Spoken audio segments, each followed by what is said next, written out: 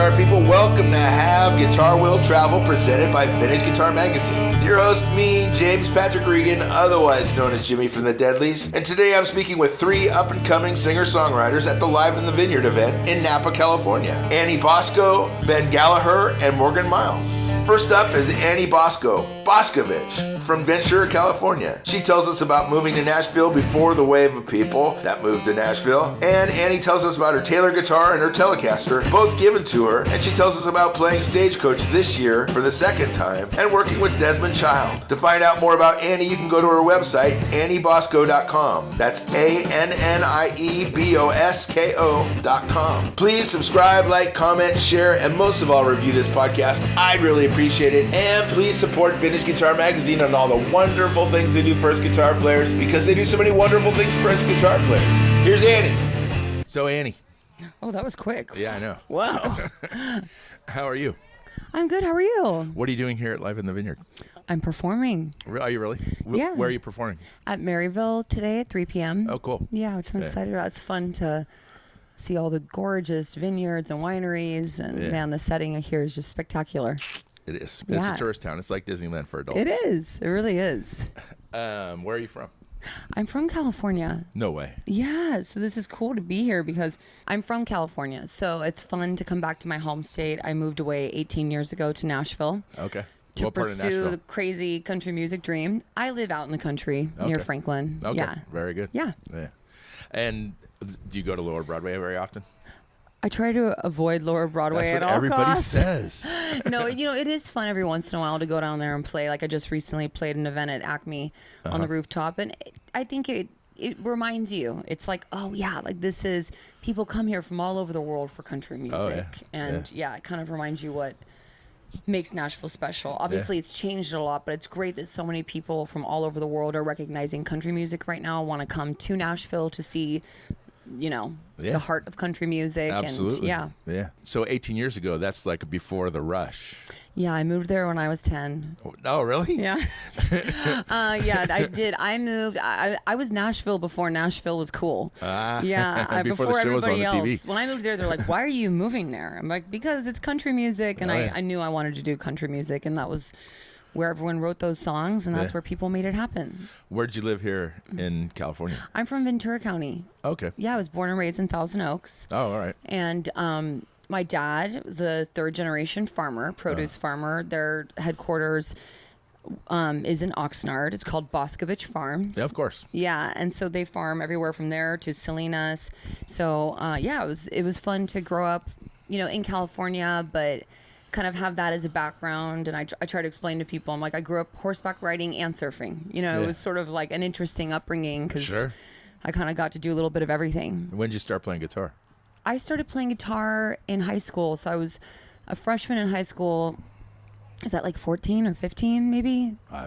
Could be. Yeah, it was when I took my first class. And then I really took it more seriously once I moved to Nashville because I really wanted to write songs. Yeah. And what kind of guitar do you have? I have a Taylor. Oh, a Taylor. Yeah, I do. They've been great sponsors of mine and have hooked me up big time with some beautiful models. Oh, yeah. Yeah. And what model do you know off the top of your head? There's a brand new one I'm playing that's a Sunburst. I want to say it's like a 710, or I always forget the model. I'm the worst. But it's it's a number. It's a Sunburst, I know, and it's beautiful and it's my favorite. Yeah, right. Yeah. And do you have electric guitar as well? I do. Telecaster? I do.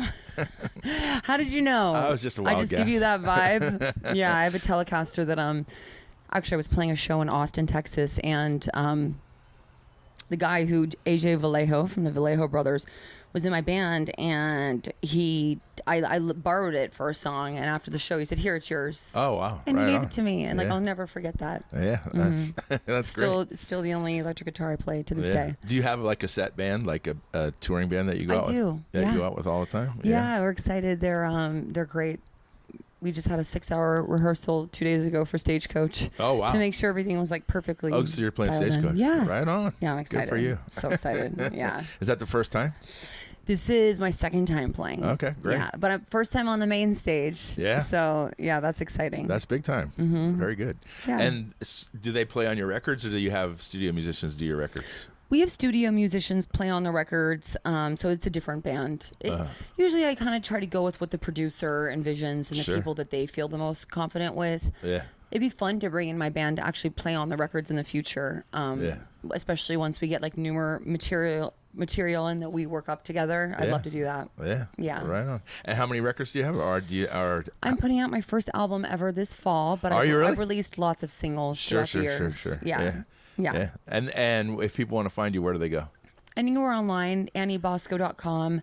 But I'm on everything, every music platform, every social media platform. Annie Bosko with a K. Okay. Mm-hmm. Yeah. And so you're Boskovich? Yeah. All right. That's the full last name, but we dropped the Vich because I had someone in country radio say, Boskovich, that's country, a different country. And I was like, yeah, that's a different country. So we lost the Vich, and it was funny, a week later I was singing a demo for Desmond Child, who's iconic songwriter, wrote Living on a Prayer and Living La Vida Loca and Waking Up in Vegas. And he said, honey, why aren't you going by Annie Bosko?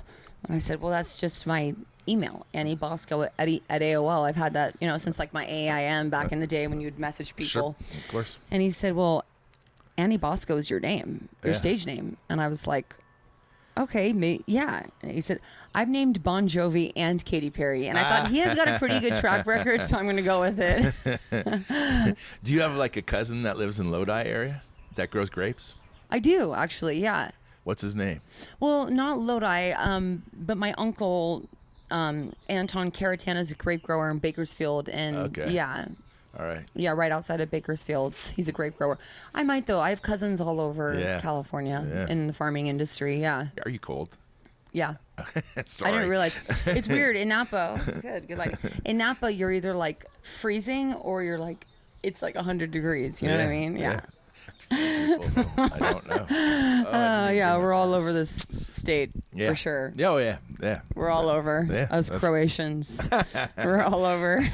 Us Croatian Californians. Yeah. Well, I wish you well with your. Oh, and you're not going to play at the Uptown tonight? No, I am playing at Maryville. Yeah. And that's it. That's it. Yeah. Okay. All right. Yeah. Well, good for you. Thank you. And thanks for everything. Stagecoach. Appreciate it. Congratulations to your new record. Thank I'm you. Excited to hear it. Yeah, me too. Yeah. Thank you. Thank you very much.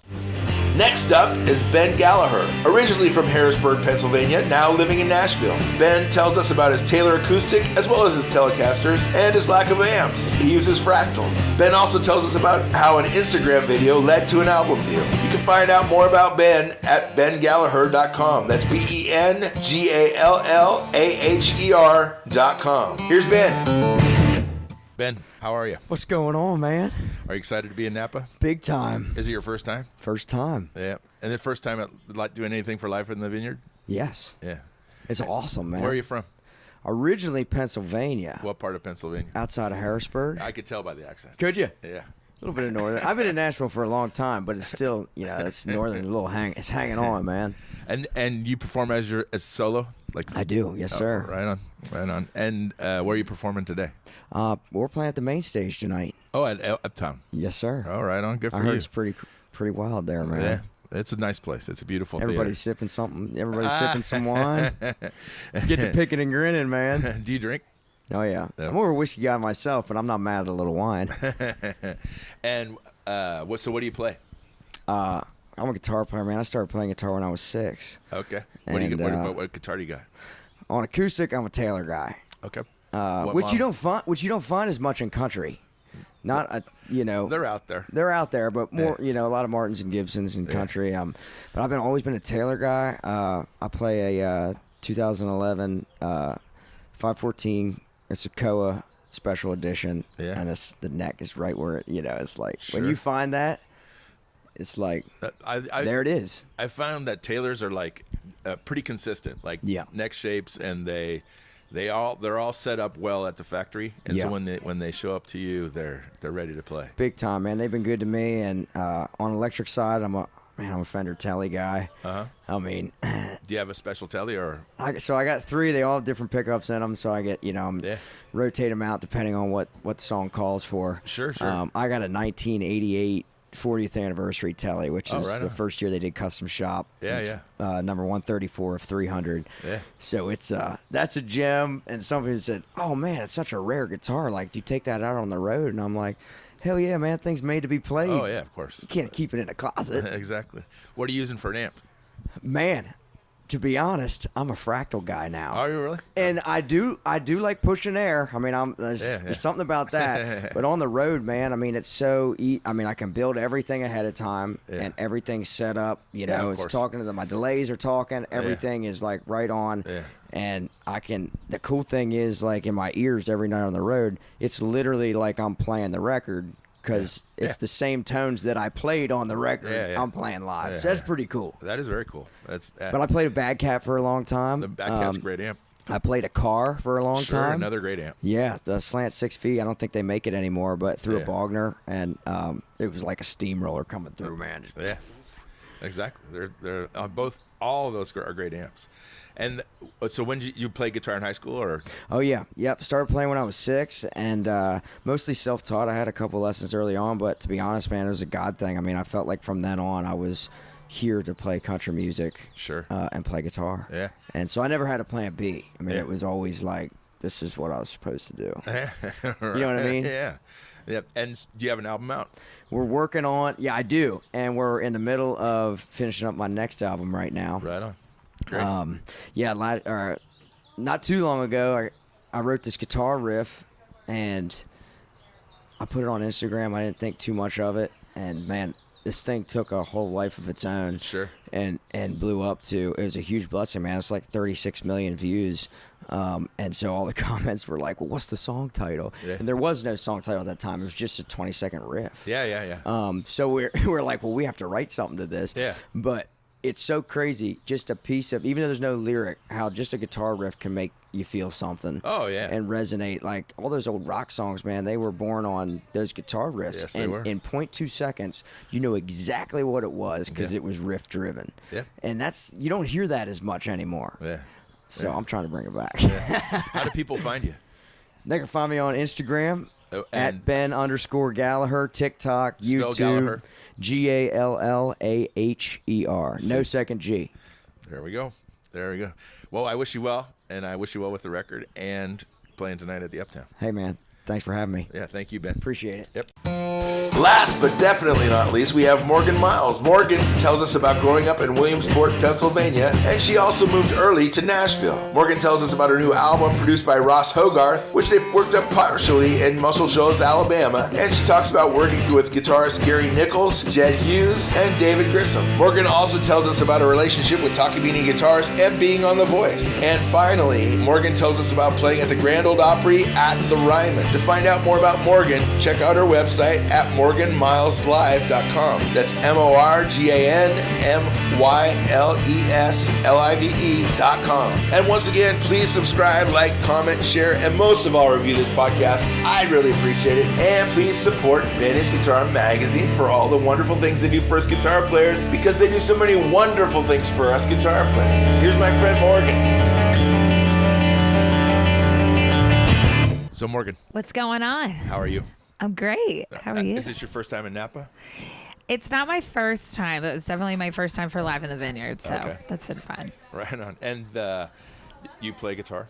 I do. And sing? Yes, I do. This is a guess. A wild guess. You can tell? Yeah. Well, that makes me feel good. Good. Are you going to go to the radio station as well? I am. Oh. Right after this. And you're going to meet my friend Bob. I'm really excited. It's going to be fun. Yeah, he's going to be in love with you right out of the gate. I hope so. I'm already in love with him. You tell him Jimmy says hi. Okay. Yeah. Deal. Where are you playing today? Oh my gosh, where am I playing? I'm playing a women empowerment dinner tonight. Yes. There's so many wineries that we've been to already. It's hard to keep up exactly where I'm at. We are at... Are you going to do the Uptown tonight? No, I am not the Uptown tonight. I'm playing something at like a dinner at 6:20 to 6:40 for women in power. Okay. That's what I'm doing, which is great. Yeah. Did you play yesterday? I did. Where at? I played a kind of like a luncheon thing at Whetstone. Okay. And then last night I played at Raymond Winery for the Lithium dinner. Very good. Raymond's beautiful. Lots Is of it artwork. Lithia? Ouch. I can't keep up. That's okay. You played out in the garden or like the patio Actually, area? in their like cellar, Oh, that okay. beautiful, Like almost like a discotheque cellar thing? It was.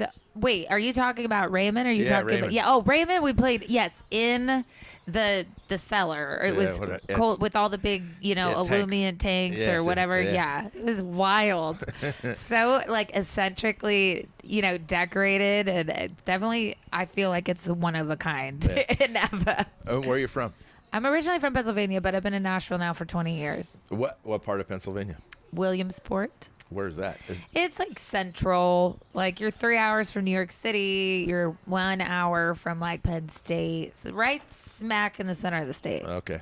All right. Yeah. I'm gonna look it up later. And so you were early. You before the wave to Nashville. You were. I was. Yeah. Yes, absolutely was. Yeah. I missed the old school side. And what was that? Before It was just before quieter. the bridesmaids. Yeah. Before before all the rooftop bars and the bachelorettes, central. But no, it was just a quieter city. It was like a big city, small town feel. Now I now live in Hendersonville, which is out on the lake, which is about 30 minutes north of town. So it's much more quiet out there. Do you tour with a band? I do. This past tour for the last 3 months has been solo acoustic. For my first listen tour of my next studio album that's coming out. It's starting What number to come studio album is it? This is my second one, but honestly, I really, really feel like it's the first most representative album I've ever done. By far the best producer I've ever had. Who is that? His name is Ross Hogarth. He's a 7-time Grammy Award winner. He is a tough cookie. And I just feel really, really honored that he felt so passionate about this project and took me on because, I just really needed that. Sure. And he captured my voice the way it needed to be captured. And I'm just really pumped. We wrote 80 songs in 5 months, wrote a ton in Muscle Shoals, a ton in Austin, Texas, and a lot in Nashville, but mainly Muscle Shoals actually, because it was just such a quieter vibe out there, and it's just that Southern soul which embodies me and my sound. I ended up really hitting it off with Gary Nichols, who was he took over Stapleton's place in the Steel Drivers when Stapleton left to do his solo thing. Yeah. And Gary's won some Grammys with them, but our voices together, it's just like it's magical. And I was like, how do I approach him and say, will you please sing on this album? I just need your one voice. I don't need stacked BGVs. I just want your one voice. And he said, Morgs, I got you. So he flew to LA and we recorded him. He's basically on every track, but it was really when we started writing, there was just a magical thing that happened. And I'm just so excited for everybody to hear it. Yeah, for sure. When does it come out?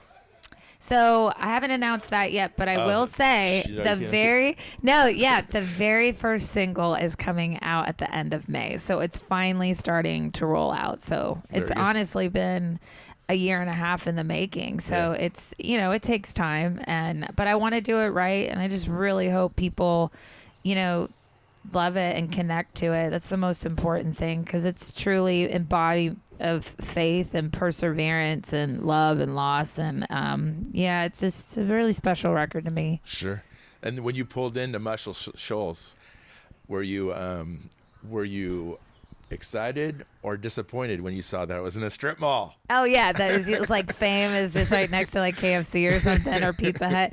I absolutely love it. One thing I love about it, there's no distractions there. So you have some really cool studios, and there's not the industry. There's not the music business industry. It's strictly freaking raw, authentic, soulful talent that, there's a reason why insane records were played there. Sure. And I think it was because there wasn't all this chaos surrounding you were making music. Otherwise you're bored. So, but it's the people there. They're just really real people. Oh, sure. And talented. When they're cutting the tracks, are you there when the instrumental tracks? Well, the instrumental. So Ross specifically wanted every song to be work tape demos of just guitar. And I agree, because then you're not adding production. And I really appreciated that. The song should stand on its own. Sure. So we recorded everything, though, the tracking in LA at a place called Dave's Room. And Dave's Room, you know, Bob Dylan, all these crazy, it's a hole in the wall, but it's a really cool vibe. And we handpicked the musicians, like David Grissom, who I write with too. He's the guitar player on the whole thing. Yes. And David's, you know, we have a couple cuts with me and David for the record, but, you know, I'm like his, you know, kid. So he really just had so many good ideas and the best intentions, and he's such a great philosophically based, that's not a word, philosophically. He's very philosophical in the way that he articulates when we're writing, and it's really, really amazing. But yeah, I feel very blessed for everybody that's involved on the record. I mean, they're just all so incredibly decorated with so many incredible albums, and yeah, it was fun. It was really fun to work with. Yeah. Any other guitar players that you worked with on the record? Yeah, Jed Hughes. Oh, yeah, Jed. Yeah, Jed came in from Nashville. Oh, yeah. He was playing a lot of, there's a lot of acoustics on it too, so he was heavily on that utility side, and David was taking a lot of the electrics, but they both played everything. Yeah.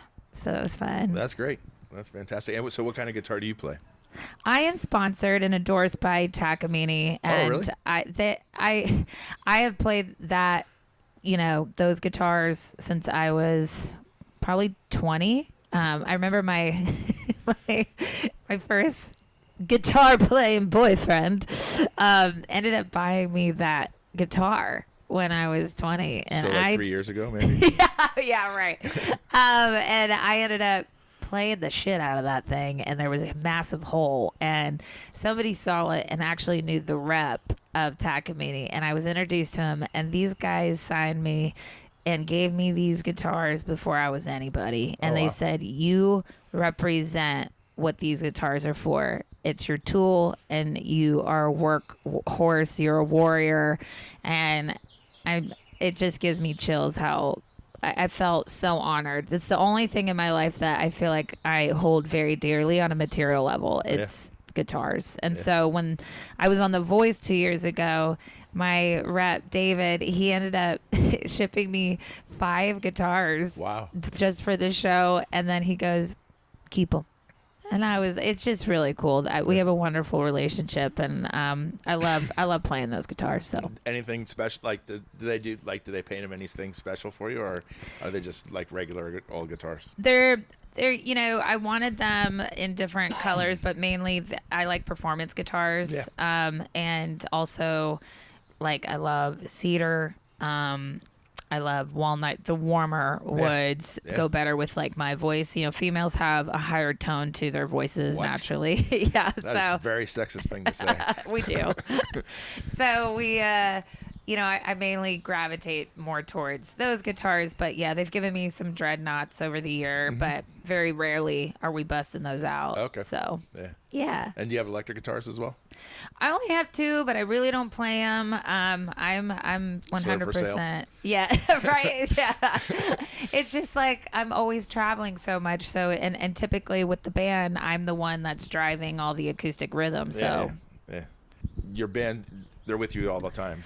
Most of the time. It just depends what type of show it is. And like I said, for this past 3 months, we've been wanting everybody to hear this like VIP insight of the next record. Sure. So it's almost been like family room style. It's been really intimate. Yeah. I sit there and I make up songs with the crowds and off of their lyrics that they give me. Yeah. So it's just been a really great like get to know you, give and take type show. It's very different than a full band show. Yeah, of course. They both have their places. Yeah. So after the record's released, who knows when that is? It's way out in the future. It's coming this year for sure. You'll be touring. You'll tour the record, right? Yes, of course. That is the goal. What kind of venues are you playing? You know, all the tour surrounding that is being figured out right now. So, okay. The last record, what kind of venues were you playing? The last record? Yeah. Well, I was coming. So, unfortunately, when I finally got my master's back from a pretty horrible, horrendous management deal, I was releasing it January 2020. So all the shows that we had aligned for it got canceled because of the pandemic the next month. And then I ended up doing The Voice, and that's when, 2021, I was on the road with all the crazy specifications of like food versus drink for like COVID. But I had played so many times that year. I mean, I think I did like 100 shows, but they were awful because of just what we were going through as a country. I mean, hell. And then I went on The Voice, and really just at a time of like, okay, I went through a bad management thing, went through a bad booking agent. And I was at my wit's end because of the pandemic. And so I was really glad I actually did the show, because it ended up being such a huge blessing of a platform and telling my story. So right after that, though, I'm coming off of a major show from the finale, and the first stage I walked on was my Opry debut at the Ryman. So it was a crazy year after that, and then I got signed to an awesome, very artist friendly label deal with Blue Alon Records in LA. And it's been kind of this process of, we recorded a live album at Apogee Studios with Bob Clearmountain. You probably know that name. And that was great. We released that. Well, no, he's just Bob Clearmountain. If you're into music, you probably have heard his name, basically. So we did that. We released the vinyl last year, and but the focus, besides playing all these shows and the live album, was truly to get to this record and finding those time frames that we can really write and get your going deep on the creative side, because it's a lot. I gotcha. So when you played the Opry, did you play it with your band or with the house band? I had my guitar player. For the first time, I had my guitar player play with me with the Opry band. You can have two musicians of your own that unless can you join. Bring your whole band. No, you have to it's very rare, I feel like, that if you're allowed to do that, because they're union players too. So and then the second time I played the Opry house, I had my drummer play. Oh, cool. Yeah. Oh, right on. Yeah, so and it's cool because then you get to have see their reactions too. It's just a special moment. Did you play the Opry or you played the Ryman? Or both? I play it. So my Opry debut for the Opry, there's one time a year. I got so freaking lucky in January that there's 2 weeks that the Opry goes back to the Ryman. Wow.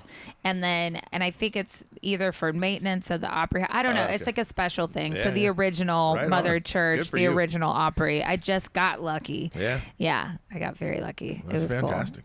Yeah. Well, it's been lovely talking to you. Oh, well, it's been lovely talking to you. How do people find out about you? Where do they go? Please go to Morgan Myles Live. That's any social. It's also my website. Myles is MYLES. That's very important. And yes. yeah. So, that's where you can find me, and it's me. So come say hi. Yes. Very good. Thank you very much. Thank you. Have a great day.